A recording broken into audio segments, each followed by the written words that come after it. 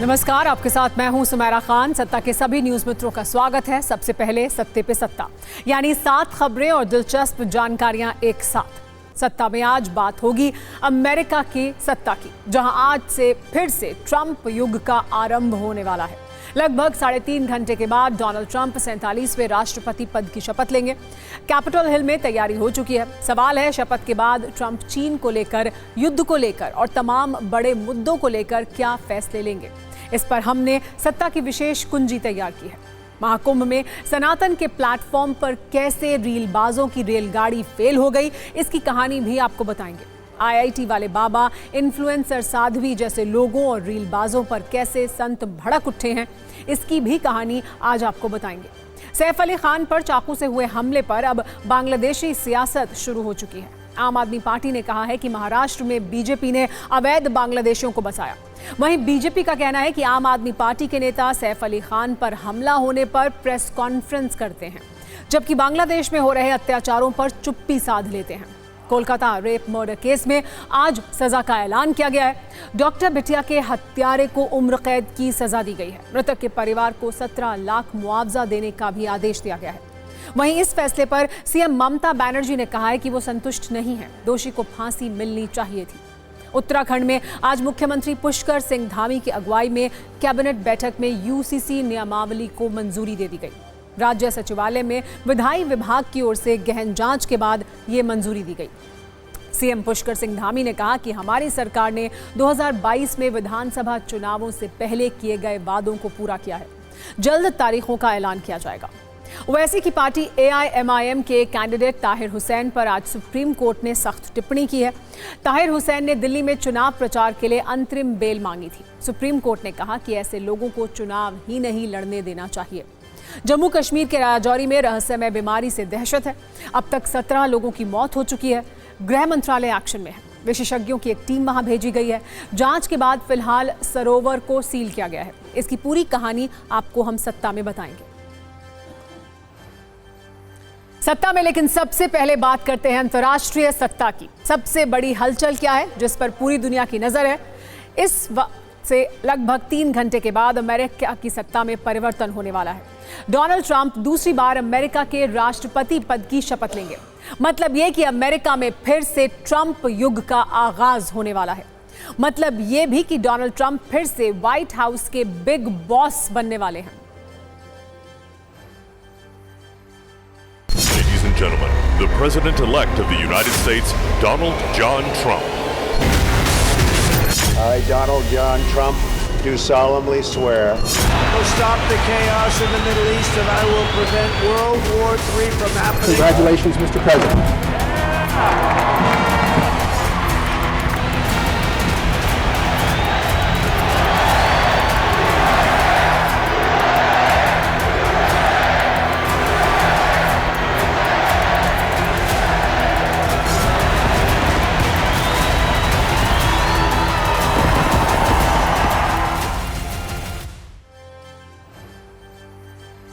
अमेरिकी supreme court के chief justice John Roberts Donald Trump राष्ट्रपति और जेडी वेंस को उपराष्ट्रपति पद की शपथ दिलाएंगे।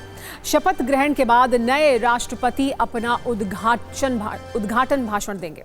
अपने पिछले कार्यकाल के शपथ ग्रहण में ट्रंप 17 मिनट तक बोले थे।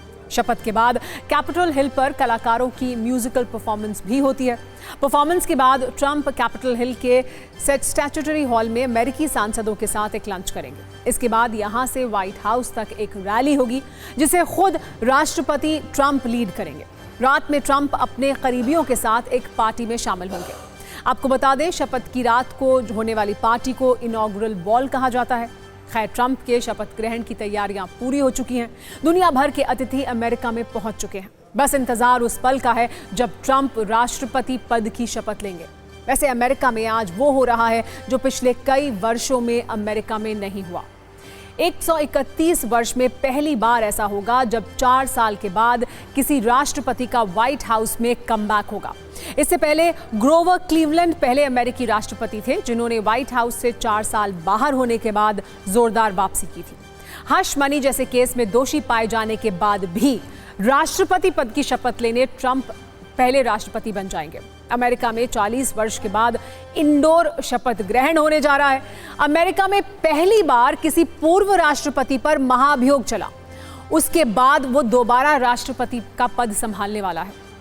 40 वर्ष के बाद अमेरिका में इंडोर शपथ ग्रहण की वजह है बर्फीला तूफान, जिसके कारण तापमान लगातार गिर रहा है। बताया जा रहा है कि ट्रंप के शपथ ग्रहण के दौरान तापमान -7 डिग्री सेल्सियस रह सकता है। आपको बता दें, कैपिटल हिल्स के अंदर कैपिटल रोटुंडा में ट्रंप के शपथ ग्रहण के लिए एक स्टेज बनाया गया है। Capital rotunda Capitol Hill building में गुंबद के नीचे मौजूद है। फिलहाल ट्रंप के तेवर पर खराब मौसम वाली बाधाओं का कोई असर नहीं दिख रहा है। वैसे आज ट्रंप के शासनकाल को 3 एंगल से देखने की जरूरत है, युद्ध के एंगल से, भारत के एंगल से और चीन के एंगल से भी। शपथ ग्रहण से 24 घंटे पहले अमेरिका में ट्रंप ने विक्ट्री भाषण दिया। ट्रंप के इस भाषण में युद्ध वाले एंगल को लेकर कई बड़े संदेश देखने को मिले। ट्रंप का यह भाषण कैपिटल 1 एरिया में हुआ। 20,000 लोगों की क्षमता वाली ये जगह भरी हुई थी। ट्रंप ने अपने भाषण में अपना एजेंडा क्लियर कर दिया। ट्रंप के भाषण के युद्ध वाले 3 बिग पॉइंट्स क्या थे, आइए आपको बताते हैं। ट्रंप ने कहा कि दुनिया में तीसरा विश्व युद्ध होने से वो रोकेंगे। ट्रंप ने दावा किया कि दुनिया तीसरे विश्व युद्ध के बहुत नजदीक है। ट्रंप ने यूक्रेन में जारी युद्ध को भी रोकने की बात कही। तीसरी बात उन्होंने ये कही कि ये ट्रंप इफेक्ट है कि उनके चुनाव जीतने के सिर्फ 3 महीने में ही गाजा में सीज फायर हो गया है। ट्रंप ने शपथ ग्रहण से पहले कैसे विजय भाषण के जरिए दुनिया को बड़े संदेश दिए हैं, वो समझिए।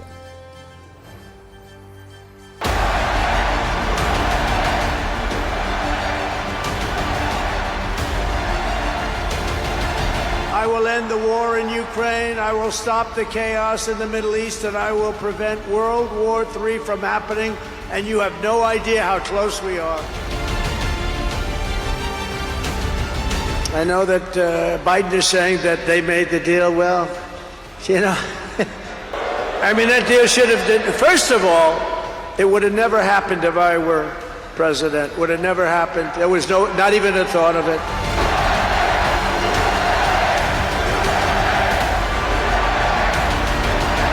People in our country that are probably worse that we allowed in. But we will quickly reestablish control of our sovereign territory and borders.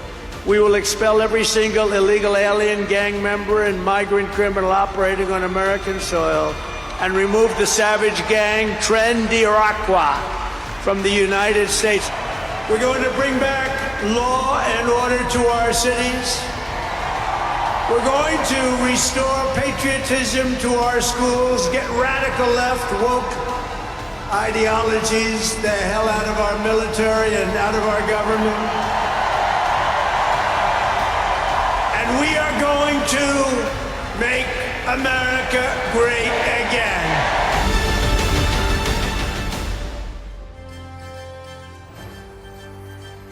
और अब बात करते हैं इंडिया वाले एंगल की, जिससे जुड़ा प्रश्न ये है कि अमेरिका में ट्रंप की सत्ता आने के बाद भारत और अमेरिका के रिश्तों पर इसका क्या असर होगा। वैसे देखा जाए तो पीएम मोदी और ट्रंप के बीच बेहतर तालमेल रहा है। एक्सपर्ट्स की माने तो भारत और अमेरिका के बीच अर्थव्यवस्था, कारोबार, टेक्नोलॉजी ट्रांसफर, आतंकवाद, सैन्य साझेदारी के मुद्दों पर पारस्परिक सहयोग देखने को मिल सकता है।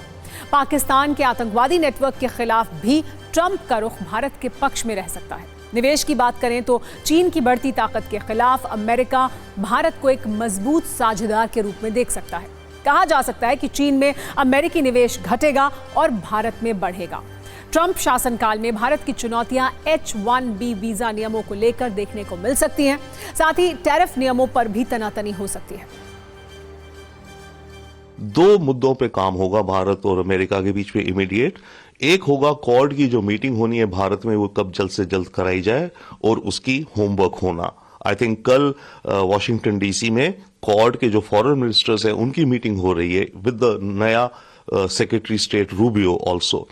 1 सेकेंड होगा मेरे ख्याल से, जो कि अमेरिका की भी ज्यादा जरूरत मैं कहूंगा एक तरह से है, वो है कि यूक्रेन युद्ध को रुकवाना। ट्रंप प्रॉमिस कर चुका है कि 24 घंटे नहीं तो कुछ दिनों में ही यूक्रेन युद्ध को रुकवा देगा। वो कैसे करेगा देखना है, अब वक्त आ गया है। But at the same time यहां प्राइम मिनिस्टर मोदी ने पिछले 6 महीनों से बहुत ही ज्यादा होमवर्क किया है, स्पेड वर्क करा है इसी मुद्दे को लेकर कि जंग रुकनी चाहिए। अमेरिका और इंडिया की एक पार्टनरशिप और कोऑपरेशन यूक्रेन युद्ध को रुकवाने में मुझे बहुत ही हाई पॉसिबिलिटी दिखती है। और अब बात करते हैं चीन वाले एंगल की, जिसके संकेत शपथ से पहले ही ट्रंप ने दे दिए हैं। ट्रंप ने कहा है कि वो अपना धंधा चीन के हाथों में नहीं जाने देंगे। वैसे हर किसी को ध्यान में रखना चाहिए कि ट्रंप राष्ट्रपति से पहले एक उद्योगपति हैं। डोनाल्ड ट्रंप ने चीनी ऐप टिकटॉक को लेकर कुछ ऐसे ही संकेत दिए हैं। विजय भाषण में ट्रंप ने कहा कि टिकटॉक पर प्रतिबंध नहीं लगाएंगे, टिकटॉक को अमेरिका में शर्तों के साथ मंजूरी देंगे। उन्होंने ये भी कहा कि हमें हजारों नौकरियां बचानी हैं। ट्रंप ने कहा कि हम अपना व्यापार चीन को नहीं देना चाहते। उन्होंने टिकटॉक को मंजूरी देने पर सहमति भी जताई, बशर्ते अमेरिका इसका 50% स्वामित्व रखे। आपको बता दें, चीन के साथ संबंध सुधारने के लिए डोनाल्ड ट्रंप ने निजी तौर पर चीन के राष्ट्रपति शी जिनपिंग को अपने शपथ ग्रहण का न्योता भेजा था। हालांकि शपथ ग्रहण समारोह में चीन के उपराष्ट्रपति शामिल होने जा रहे हैं। And as of today, TikTok is back. You know, I did a little TikTok thing. We have a guy, TikTok Jack. He's a young kid, like 21 years old. And we hired this guy, and I went on TikTok. Can you believe what I'll do to win an election? We don't want to give our business to China. We don't want to give our business to other people. सवाल ये भी उठ रहे हैं कि America की सत्ता में ट्रंप की दूसरी पारी में एलॉन मस्क की बड़ी भूमिका होने वाली है। इसकी वजह है ट्रंप और मस्क की नजदीकी। कल ट्रंप के विजय भाषण में इसकी झलक भी दिखी, जब मस्क अपने अलग अंदाज में वहां पहुंचे। इसके वीडियो प्रमाण हम आपको दिखा भी रहे हैं। ट्रंप ने मस्क को सरकारी दक्षता विभाग में नियुक्त किया है। चर्चा है इमिग्रेशन पर मस्क की नीतियों को ट्रंप लागू कर सकते हैं। इसके अलावा इलेक्ट्रिक वाहन नीति और ऊर्जा नीति पर भी मस्क का प्रभाव हो सकता है। अंतरिक्ष प्रौद्योगिकी पर इलॉन मस्क की राय भी ट्रंप ले सकते हैं। तो कुल मिलाकर आज दुनिया की सत्ता में काफी हलचल होने वाली है। सुपर पावर के बिग बॉस ट्रंप की सुपर शपथ होने वाली है। इस शपथ पर हमारी नजर रहेगी। लेकिन महाकुंभ को रीलबाजों से कैसे बचाया जाए, अब इस पर बात करते हैं। प्रयागराज में महाकुंभ का संयोग 144 वर्षों के बाद बना है। संतों का दावा है कि 12 कुंभ यानी 144 वर्षों के बाद इस महाकुंभ का संयोग बना है। अब ऐसे महाकुंभ का संयोग 2169 में होगा और शायद आने वाली कई पीढ़ियां इसे देखने से वंचित रह जाएंगी। ऐसे में इस महादुर्लभ महाकुंभ में अध्यात्म, त्याग, तप और ज्ञान पर हो रहे विमर्श की चर्चा होनी चाहिए थी। लेकिन कुछ रीलबाजों ने अध्यात्म के सबसे बड़े आयोजन को हाईजैक कर लिया है और इसे सस्ते लाइक, शेयर, कमेंट और फॉलोअर्स जुटाने का अड्डा बना दिया है। रीलबाजों का गिरोह महाकुंभ में मौजूद कुछ खास बाबाओं, भक्तों और महिलाओं को सोशल मीडिया पर वायरल कर रहा है और मन माफिक लाइक्स बटोर रहा है, जिससे न सिर्फ महाकुंभ की प्रतिष्ठा को चोट पहुंची है, बल्कि सनातन धर्म का काफी नुकसान हो रहा है। इससे संतों में काफी गुस्सा है और इसी पर हमने सत्ता की ये विशेष कुंजी तैयार की है। सबसे पहले इन 4 चेहरों को देखिए, जिसे रीलबाजों ने अपना शिकार बनाया है। इसमें पहले नंबर पर है हर्षा रिछारिया, दूसरे नंबर पर IIT पास आउट बाबा अभय सिंह, माला बेचने वाली इंदौर की मोनालिसा, पत्रकारों के सवालों से परेशान होकर चिमटा मारने वाला चिमटे वाले बाबा, कांटों पर लेटे रहने वाले बाबा, कई किलो सोना पहनने वाले गोल्डन बाबा। एक बार इनके अतरंगी वीडियो देखिए, फिर आपको बताएंगे कि साधु संत इनकी रील और इन पर रील बनाने वाले रीलबाजों पर क्या कह रहे हैं।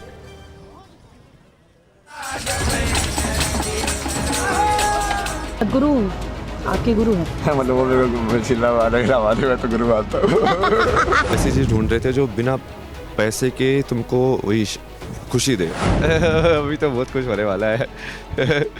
अभी तो मतलब कनाडा क्या, अब तो सारा संसार ही आएगा देखने आप धीरे धीरे।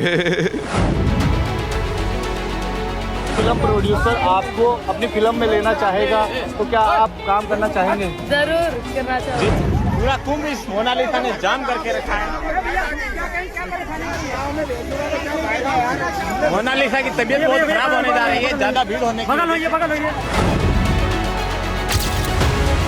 मैं उत्तराखंड से आई हूँ, आचार्य महामंडलेश्वर की शिष्या हूँ। नहीं मतलब सुंदर है तो कभी ऐसा मन नहीं करा साध्वी जीवन छोड़ के और आगे करने का? मुझे जो करना था वो छोड़ के मैंने ये वेश धारण किया है।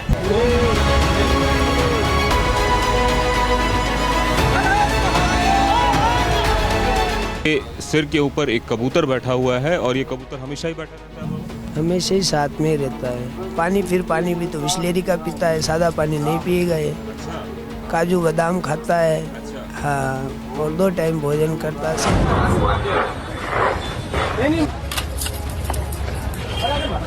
मिलेंगे अगली वीडियो में से और वायरल हमको। महाराज जी, कौन सा आप लोग जो है भजन करते हैं भगवान का, क्या गीत तो कहते हैं समझ चलो। ये लोकल लोग को भगाओ यहाँ से, ये लोकल कहाँ से आ गए हैं, ये मारो टप से समझते ही नहीं। मैं आप थोड़ा हटा के दिखा सकते हो? थोड़ा हटा के देखने वाला किसी का औकात नहीं जिसको हम खोल दे बांध दे। बार बार पेड़ मट्टी नहीं रखे हैं जो मट्टी कोड़ के हटा दें फिर उसको लगा दें।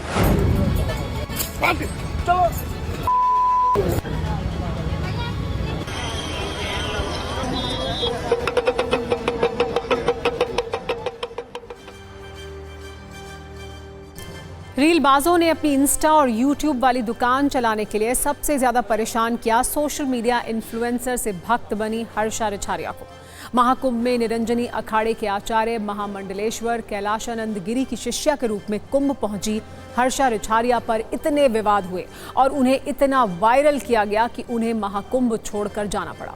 उनसे सवाल पूछे गए कि आप इतनी सुंदर हैं तो साध्वी क्यों बनी। सोचिए सवालों का स्तर क्या है। जबकि आईआईटी मुंबई से एरोस्पेस इंजीनियरिंग की पढ़ाई करने वाले अभय सिंह इंटरव्यू एक्सपर्ट बन गए। रीलबाजों का रेला उनके पास पहुंचने लगा और वो इतना ज्ञान देने लगे मानो वो कोई आध्यात्मिक गुरु हो। बाद में उनके गुरु ने उन्हें नशेड़ी कहकर शिविर से भगा दिया। अभय सिंह के माता पिता पहले से ही उसे नशेड़ी कह रहे थे। इसके अलावा माला बेचने वाली इंदौर की मोनालिसा का माला बेचना मुश्किल हो गया। इन रीलबाजों से बचने के लिए इसे संतों के शिविर में छिपना पड़ रहा है। इस लड़की को उसके पिता अब इंदौर वापस भेजना चाहते हैं। इन्हीं बाबाओं में से एक हैं चिमटे वाले बाबा, जिन्हें एक रीलबाज ने इतना परेशान कर दिया कि बाबा ने चिमटे से ही उसकी पिटाई कर दी। इनके अलावा भी कई बाबा ऐसे हैं जिनके वीडियो को रीलबाज वायरल करते हैं और लाइक्स की भूख मिटाते हैं। इनमें कांटों पर सोने वाले बाबा हैं, झूले वाले बाबा हैं, गोल्ड वाले बाबा हैं जो रीलबाजों से परेशान हैं। इसे लेकर साधु संत नाराज हैं। बागेश्वर धाम के पीठाधीश्वर धीरेन्द्र कृष्ण शास्त्री ने कहा है कि महाकुंभ वायरल होने का विषय नहीं है बल्कि आस्था का विषय है। संस्कृति का कुंभ है, रील नहीं रियल के लिए कुंभ में जाना चाहिए। महाकुंभ में 2-3 चीजें चल रही हैं और उनसे महाकुंभ अपने मुख्य उद्देश्य से भटक रहा है। ये देख पाएंगे आप लगातार महाराज जी है। मानसिक रूप से कुछ विकृति मानसिकता वाले होते हैं जो फेमस होने के लिए ऐसी जगह ढूंढते हैं, जो माहौल को खराब कर रहे हैं, जो संस्कृति को विकृत मानसिक बना रहे हैं। ऐसे लोगों को कुछ 2-4 लोगों को जेल में डाल देंगे तो निश्चित रूप से जो है ये रोक लग जाएगी। संस्कृति से खिलवाड़ ना हो और जो लोग इस तरह का अपना प्रचार कर रहे हैं, जो पब्लिसिटी के लिए मेले में आना चाहते हैं, जिन्होंने संस्कृति सनातन संस्कृति को एक प्लेटफॉर्म बना रखा है, तो हमको अपने प्लेटफॉर्म का उपयोग इन लोगों को नहीं करने देना चाहिए। ऐसे जो नाम के बाबा हैं, आईटीएम जो भी हैं, इन सबको आइटम बनाकर कुंभ से मेले से बाहर कर देना चाहिए। आवरण के साथ में कई लोग अपने आप को बाबा बताने का प्रयास करेंगे, उसमें कोई संदेह नहीं, किंतु ध्यान रखिएगा उनका आवरण नहीं, उनका आचरण भी आध्यात्मिक हो जाए, यह हम प्रयास कर रहे हैं। अधूरे ज्ञान के साथ में यदि अपने आप को प्रसारित करेंगे तो आज नहीं तो कल वो हमारे सनातन के लिए घातक होगा। ऐसे लोगों को ही दिखाया जाता है जिनकी आंखें अच्छी है, जो बड़े ऐसे लोगों को मैं समझता हूँ उनको दिखाया जाए, जो तपस्वी है, जो अच्छे संत है, जो तपस्या करे, उनको दिखाया जाए। यहाँ आपको समझना होगा कि रीलबाज महाकुंभ को किस तरह हाईजैक कर रहे हैं। इसके पीछे हैं रीलबाजों के सवाल और उन सवालों की दिशा। महाकुंभ में प्रश्न सनातन संस्कृति की सुंदरता और पुरातन के बारे में होना चाहिए। प्रश्न पूछा जा रहा है, हर्षा रिछारिया जी आप इतनी सुंदर हैं फिर साध्वी क्यों बनी। आध्यात्म पर प्रश्न संतों और अखाड़ों के प्रमुख से होने चाहिए, लेकिन प्रश्न पूछे जा रहे थे नशे में रहने वाले आईआईटीएन अभय सिंह से। नागांव का इतिहास बताना चाहिए था, उनका रहस्यमय जीवन समझना चाहिए, लेकिन इतिहास बताया जा रहा है हर्षा रिछारिया और अभय सिंह जैसे लोगों का। आशीर्वाद के लिए संतों के पीछे जाना चाहिए, सेल्फी के लिए माला बेचने वाली लड़की के पीछे जा रहे हैं। जाहिर है महाकुंभ में अध्यात्म वाले नैरेटिव पर रीलबाजों का इन्फ्लुएंस यानी प्रभाव पड़ गया है। इन लोगों ने महाकुंभ में गंभीरता को डुबो दिया है। यहाँ हम ये भी कहेंगे कि रील बनाना बुरी बात नहीं है, लेकिन विषय की गंभीरता और गरिमा को ध्यान में रखते हुए रील बननी चाहिए थी। कुंभ पर नई और पुरानी पीढ़ी का ज्ञान बढ़ाने वाले शॉर्ट वीडियो बनते तो हमारा पारंपरिक ज्ञान और विचार वायरल होते। वैसे आपके मन में यह सवाल होगा कि भारत रील प्रधान देश क्यों बनता जा रहा है। दरअसल जब कोई रीलबाज रील बनाता है तो उसे लाइक्स मिलते हैं, व्यूज मिलते हैं और फॉलोअर्स मिलते हैं, और इसके सब के बदले उसे पैसा भी मिलता है। यानी आप कह सकते हैं कि पैसा और फॉलोअर्स कमाने की चाहत में धर्म, ज्ञान और अध्यात्म का तमाशा बनाने की कोशिश हो रही है। आसान रास्ता यही है। महाकुंभ पर ज्ञानवर्धक रील बनाना जरा मुश्किल काम है और मुश्किल रास्ते पर जाने का साहस अधिकतर रीलबाजों में नहीं है। कुल मिलाकर महाकुंभ में आस्था जैसे विषय को भी रीलबाजों ने अपनी रीलबाजी की दुकान समझ लिया है, जहां वो नाचते हैं, गाते हैं और मूर्खतापूर्ण प्रश्न पूछते हैं। इन रीलबाजों को आप देश में तेजी से बढ़ता हुआ देख सकते हैं, ऐसे जैसे उनका अतिक्रमण हो रहा हो, जो घरों से, शहरों से निकलकर महाकुंभ जैसे आयोजन तक पहुंच चुका है। महाकुंभ में रील प्रेमियों को एक रेखा खींचनी होगी। आप भगवान के फॉलोवर हैं या फॉलोवर की तलाश में भगवान के सामने कैमरा लेकर गए हैं। इन दोनों स्थितियों में फर्क है और अब इस फर्क पर बहस और बढ़ेगी। सत्ता में अब बात जम्मू कश्मीर के राजौरी में एक गांव में फैली उस रहस्यमयी बीमारी की, जिसके कारण अब तक 17 लोगों की जान जा चुकी है। इतने लोगों की मौत होने के बाद भी अब तक ना बीमारी का पता चला है और ना ही इसके कारणों का। दरअसल राजौरी जिले के बुढ़ल गांव के 3 परिवारों में मौत का यह सिलसिला दिसंबर 2024 में शुरू हुआ था। 7 दिसंबर से 12 दिसंबर के बीच ही 9 लोगों की जान चली गई थी। मरने वालों में ज्यादातर बच्चे ही हैं। हाल यह है कि इस गांव के रहने वाले मोहम्मद असलम के तो अभी 6 बच्चों की मौत हो चुकी है, लेकिन मौत देने वाली इस बीमारी की मिस्ट्री अभी भी सुलझी नहीं है। इस रहस्यमयी बीमारी में पहले बुखार और शरीर में दर्द की शिकायत होती है, फिर डायरिया और बेहोशी की हालत हो जाती है और कुछ ही दिन में मरीज की मौत हो जाती है। मरने वालों के शरीर से न्यूरोटॉक्सिन पाए जाने की बात भी सामने आई है। न्यूरोटॉक्सिन एक तरह का केमिकल होता है जो दिमाग और नर्वस सिस्टम को प्रभावित कर सकता है। ये खाना, कीटनाशक या किसी जीव के काटने से शरीर में पहुंच सकता है। इसके बाद से राज्य सरकार के साथ केंद्र सरकार भी अलर्ट मोड पर है। केंद्र सरकार ने दिल्ली से एक स्पेशल टीम राजौरी भेजी है, जिसके बाद गांव के एक तालाब को सील किया गया है। इसके पानी में कीटनाशक होने की बात सामने आई है। हालांकि अभी इस तालाब के पानी को ही बीमारी का आखिरी कारण नहीं माना जा रहा है। अब भी लगातार कई टीमें इस बीमारी के कारणों का पता लगाने की कोशिश में जुटी हुई हैं।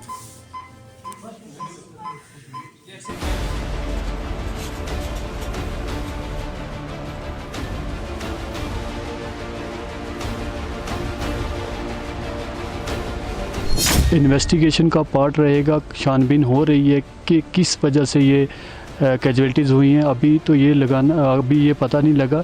बहरहाल ये पता चल गया कि ये कोई बैक्टीरियल डिजीज़ नहीं थी, इस तरह का कोई वायरस भी नहीं था।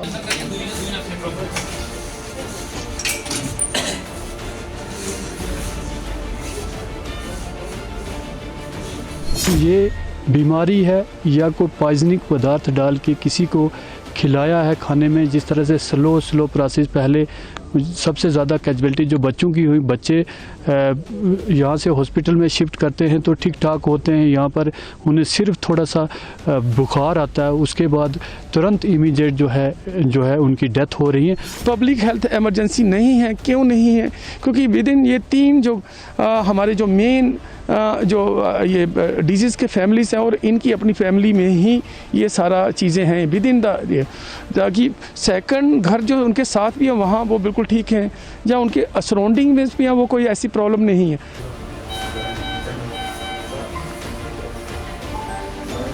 कल गृह मंत्री जी ने भारत सरकार के विशेषज्ञों की एक समिति विभिन्न मंत्रालयों को मिला करके बनाई है, वो टीम आ गई है। मैं समझता हूं कि शीघ्र ही कारण क्या है ये पता चल पाएगा। पुलिस ने भी जांच के लिए एक SIT बनाई है ताकि दूसरे पक्ष पर भी विचार किया जा सके।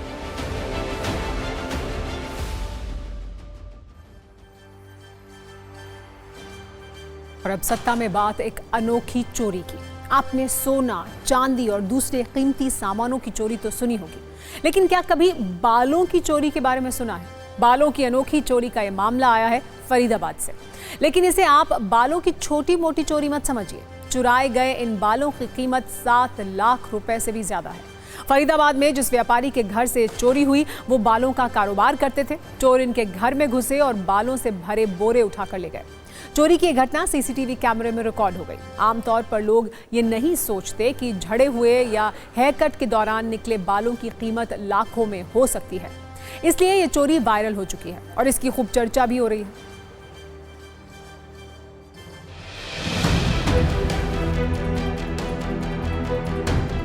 हमारा घर से चोरी हो गया बाल, और बाल का अंदर मैं पैसा छुपा के रखा था। कैसे बाल? लेडीज का कंघी से झड़ जाता है, वही वाला बाल। तो आप क्या ट्रेड फ्रूट का काम करते? हाँ, मैं खरीदता। खरीदार हुआ। कितने बाल थे? मतलब 150 किलो से ज्यादा था।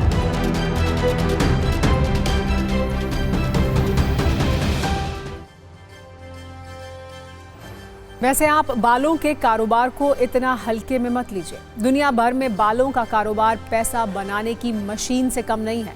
दुनिया भर में झड़े हुए बालों का कारोबार करीब 23,000 करोड़ रुपए का है। भारत से हर वर्ष करीब 35 अरब यानी 3,500 करोड़ रुपए के बाल सप्लाई किए जाते हैं, जिनमें से 90% बाल चीन में सप्लाई होते हैं। आमतौर पर झड़े हुए बालों की कीमत 8 से 10 हजार रुपए किलो होती है। बढ़िया क्वालिटी के बालों जिनकी लंबाई 8 इंच से ज्यादा हो उनकी कीमत 20 से 30 हजार रुपए किलो भी हो सकती है।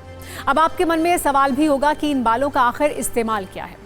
तो इन झड़े हुए बालों का इस्तेमाल हेयर ट्रांसप्लांट और विग बनाने के लिए किया जाता है। भारत में कई ऐसे मंदिर हैं जहां लोग अपने बाल दान करते हैं।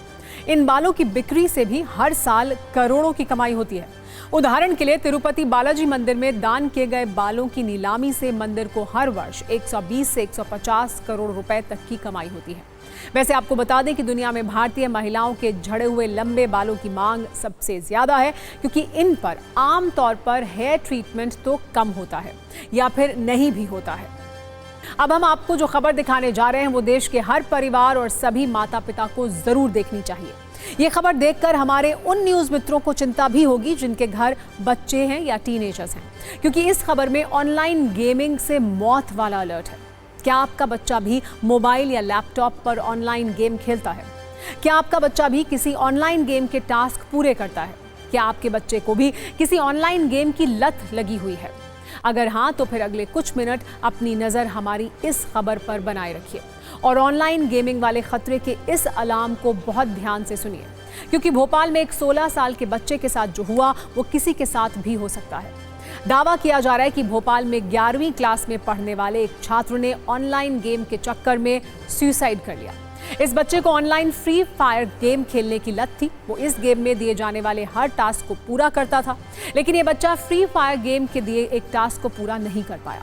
ऑनलाइन गेमिंग की इस दुनिया में वो इतना खो चुका था कि इस बात को बर्दाश्त नहीं कर पाया कि उससे एक टास्क पूरा नहीं हुआ है। इसी से परेशान होकर 16 साल के इस बच्चे ने ट्रेन के आगे कूदकर अपनी जान दे दी। हालांकि पुलिस अभी इस पूरे मामले की जांच कर रही है। बच्चे के फोन को फोरेंसिक जांच के लिए भेजा गया है।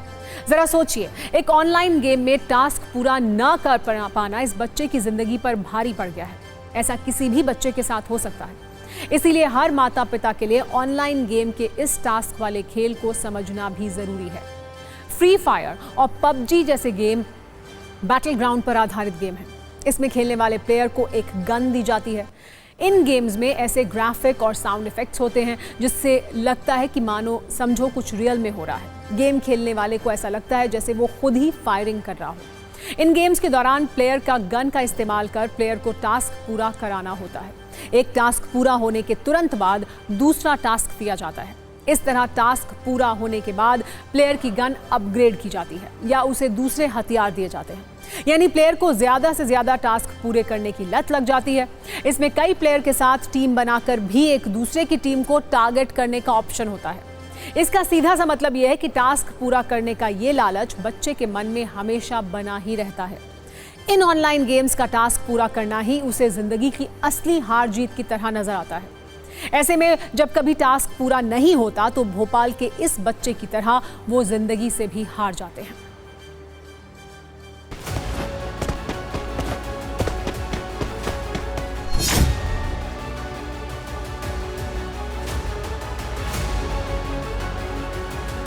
ऑनलाइन गेम्स किस तरह से टीनएजर्स के लिए घातक साबित होते जा रहे हैं। भोपाल में एक 11वीं में पढ़ने वाला छात्र टास्क पूरा नहीं कर पाया, रेल की पटरी के सामने वो गया और ट्रेन से कटकर मर गया।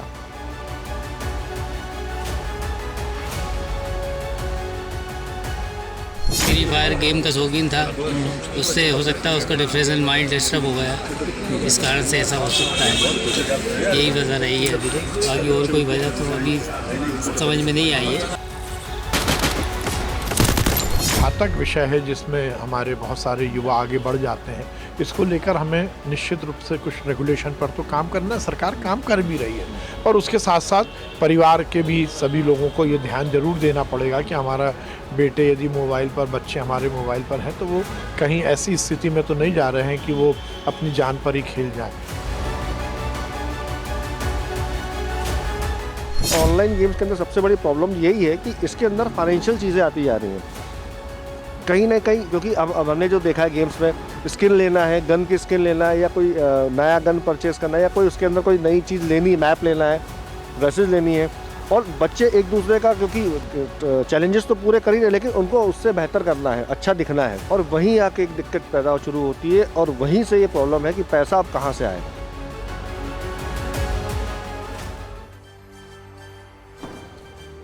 सत्ता में अब बात करते हैं बॉलीवुड अभिनेता सैफ अली खान पर हुए चाकू अटैक वाली मिस्ट्री की, जो बढ़ती जांच के साथ साथ और भी उलझती ही जा रही है।